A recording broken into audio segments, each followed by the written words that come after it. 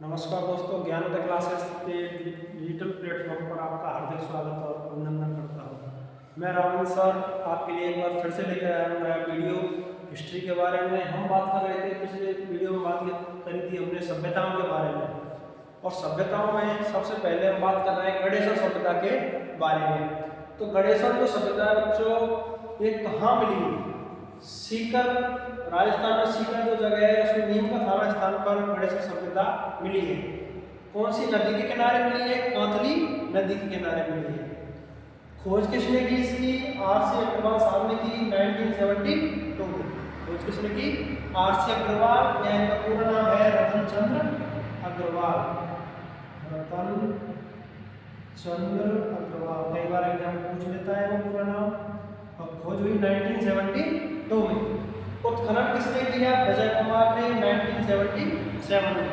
उत्खनन किसके नेतृत्व में हुआ? विजय कुमार के में 1977 में। इसका उपनाम क्या है? गणेश्वर सभ्यता का उपनाम क्या है? तो पहला जो है बच्चों ये है पुरातत्व का पुष्कर। गणेश्वर सभ्यता को पुरातत्व का पुष्कर भी कहा जाता है। और जो दूसरा उपनाम है बच्चों ये है ताम्रयुगीन सभ्यताओं की जननी।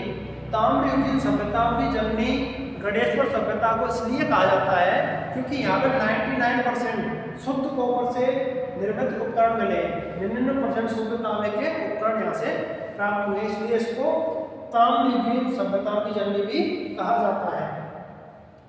अब बात करेंगे आप तो गणेश्वर सभ्यता की विशेषता क्या है? विशेषता है सबसे प्राचीनतम ताम्रयुगीन सभ्यता है।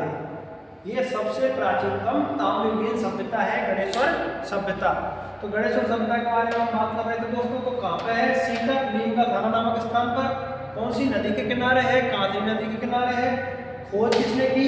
आर.सी. अग्रवाल साहब या रतन चंद्र अग्रवाल जी ने। उत्खनन विजय कुमार जी के नेतृत्व हुआ 1977 में। खोज हुई 1972 में आर.सी. अग्रवाल साहब के नेतृत्व में। उपनाम जो है इसका एक तो पुरातत्व का पुष्कर इसको कहते हैं, और एक ताम्रयुगीन सभ्यताओं की जननी कहा जाता है। किस सभ्यता को बच्चों? गणेश्वर सभ्यता को। ताम्रयुगीन सभ्यताओं की जननी किस सभ्यता को कहा जाता है? तो आपका आंसर आएगा बच्चों गणेश्वर सभ्यता को, क्योंकि यहाँ से 99% शुद्ध कॉपर के उपकरण प्राप्त हुए हैं। कब मिली? कब खोज हुई इसकी? 2800 ईसा पूर्व।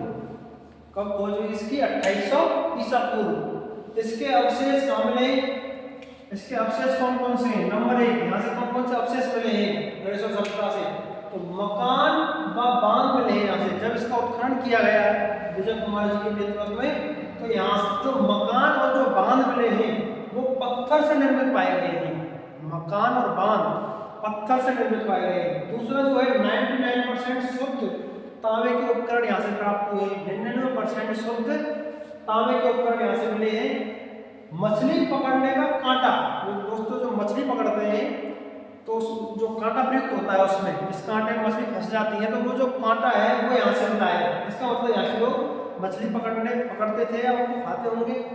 इसके बाद में हार्पून नामक हथियार मिला है। एक हथियार होता है हार्पून नामक, ऐसे बड़ा होगा, वो यहाँ से मिला है। हार्पून नामक हथियार मिला है। 6 प्रकार के यहाँ से मृतभाण मिले हैं बच्चों। 6 प्रकार के मृतभाण। मृतभाण का मतलब होता है, मृत का मतलब है मिट्टी, भाण का मतलब है बर्तन, मिट्टी से बने हुए बर्तन तो क्या कहते हैं? मृतभाण। तो 6 प्रकार के मृतभाण यहाँ से मिले हैं, और उनमें है कृपसवर्णी मृतपात्र प्रमुख है। कृपसवर्णी, उनमें आपको याद कौन सा रखना है बच्चों? कृपसवर्णी मृतपात्र उनमें प्रमुख है। तो हमने बात की थी आज वीडियो में दोस्तों गणेश्वर सभ्यता के बारे में। कहाँ पे है? सीकर, नीम का थाना नामक जगह पर। कौन सी नदी के किनारे है? कांतली नदी के किनारे है। खोज किसने की? रतन चंद्र अग्रवाल साहब ने की 1972 में। उत्खनन किसके नेतृत्व में हुआ? विजय कुमार जी के नेतृत्व में 1977 में। इसके अन्य नाम क्या है? एक तो है पुरातत्व का पुष्कर और एक है ताम्रयुगीन सभ्यताओं की जननी। ताम्रयुगीन सभ्यताओं की जननी। इसकी विशेषता क्या है? कि सबसे प्राचीनतम ताम्रयुगीन सभ्यता है। विशेषता क्या है? सबसे प्राचीनतम ताम्रयुगीन सभ्यता है। कब हुई? 2800 ईसा पूर्व हुई। कब हुई? जब ईसा मसीह का जन्म हुआ उससे 2800 ईस्वी पूर्व हुई।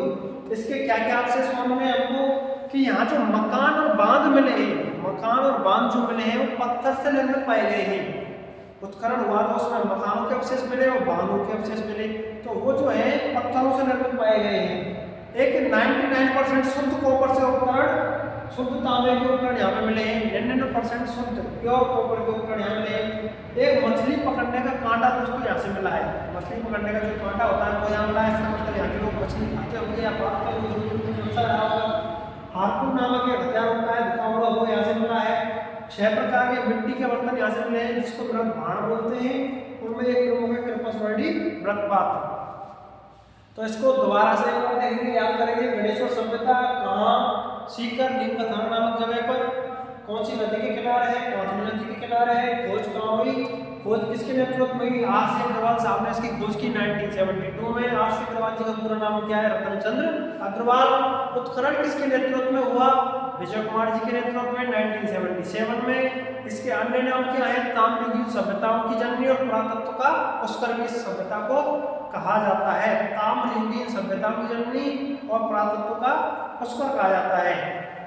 इसकी विशेषता क्या है कि सबसे प्राचीन ताम्रयुगीन क्या है बच्चों, सभ्यता है। खोज कब हुई, 2800 ईसा पूर्व हुई।